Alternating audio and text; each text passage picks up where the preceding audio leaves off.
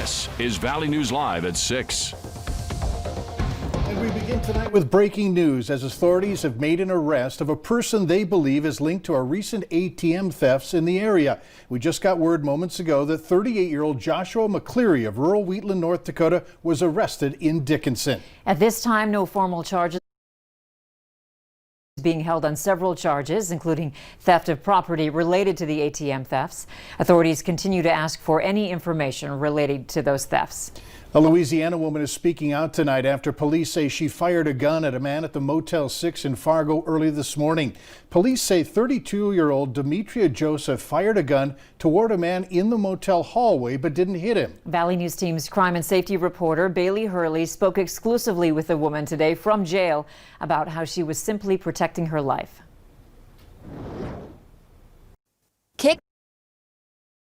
That's what Demetria Joseph says was the beginning to the end of Wednesday morning's shooting. I basically apologized to Fargo from the bottom of my heart. Joseph says the man she was with kicked her out of his room around 11 o'clock Tuesday night, leaving her with nowhere else to go. I'm not from here. I don't know nobody out here. So why would you put me out in the middle of nowhere and it's cold as hell?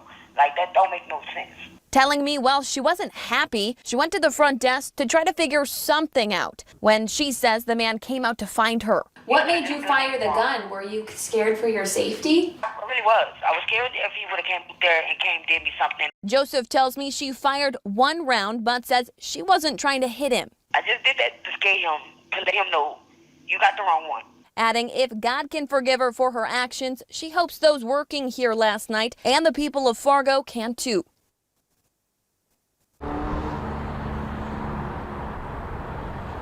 Now, the reason that interview had to be done over the phone today is due to COVID-19 precautions, as Joseph is a new inmate and has to be kept in a quarantine cell for several days until she's free to move about the facility. But now, Mike, Andrea, I also spoke with a woman who says she was working the front desk here at Motel 6 this morning when that gunshot rang out. She says she was working on some paperwork in her office and says what she describes as fireworks were heard. She says she immediately locked herself in her office and called police.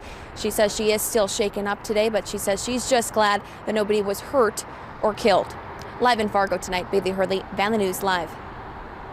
All right, thanks, Bailey. Fargo police say in 2020 alone, they responded to 384 calls for service at Motel 6 and say of those calls, 37 resulted in criminal charges, ranging from assaults and domestics to narcotics and serving warrants. What a wonderful day we've experienced so far, most likely the last, at least for a while. Hutch is here to get us caught up on what's happening right now and what's to come. Hutch? Well, we're still coming off beautiful temperatures today. As you mentioned, Mike, we hit highs near 50 in Jamestown, 45. Carrington here in the valley, near 40 degrees. Beautiful weather stretched into Lakes Country as well, with a few low 40s there in Detroit Lakes. First alert weather day has been issued and continues for Friday. That's when the greatest impacts will be felt here in our area. But for this evening, temperatures are holding in the 30s and 40s out to the west, while rain is spreading out of the Missouri River Valley, heading into the James River Valley on schedule for arrival by the 7 o'clock hour in Jamestown and in Carrington, Ellendale as well. As we look on later tonight, 9 to 10 o'clock in the Fargo and Grand Forks areas, and midnight, that rain shower activity will cause some mixed precipitation in Minnesota with cooler surface temperatures there. This storm system is also beginning with a lot of wind. Look at this, gusts over 60 miles per hour taking place out in Dickinson and in Billings, and that gusty wind has a wind warning in effect for the west. For us tonight, not very windy. We will have a chance of some showers, particularly closer to the 10 o'clock hour, and then quiet overnight. Grand Forks could see some slippery roads, and Minnesota could as well. I'll have hour-by-hour details on how much snow we're expecting, when it hits, and when those greatest impacts and what those greatest impacts will be here in just a few moments. It'll be good information to know. Thanks. One person is dead after a crash between a car and a North Dakota snowplow in the Northern Valley. It happened 20 miles southeast of Grafton during the noon hour today. Authorities say the snowplow was pre-treating the roads for icy conditions along Interstate 29. It was struck from behind by the driver of a Honda Accord. That person died from their injuries. The victim's name is not being released. There's no word yet on the condition of the 44-year-old snowplow driver from Drayton. We now know the names of those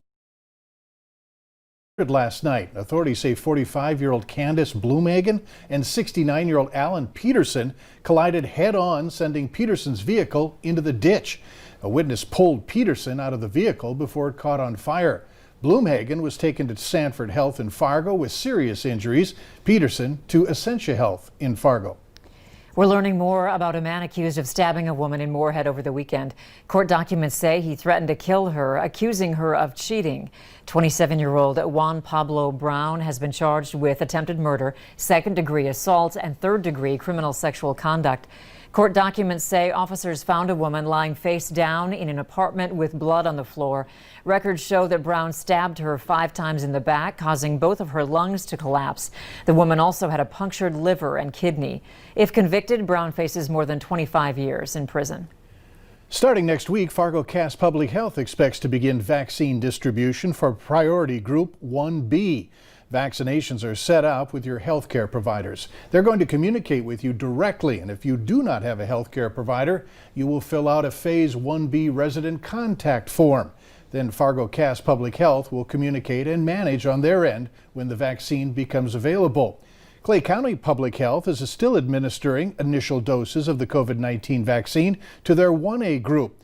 They don't know when Phase 1B will get the vaccine. Sanford Health also announced this afternoon that they're going to be administering the vaccine to those in their Tier 1B category. That'll start tomorrow. Some North Dakota House members have introduced a bill that would make anyone who receives or performs an abortion guilty of murder. House Bill 1313 only makes an exception for saving the life of the mother, but not for rape or incest. The bill also makes anyone who intentionally aids, abets, facilitates, solicits, or incites another person to commit an abortion guilty of a felony.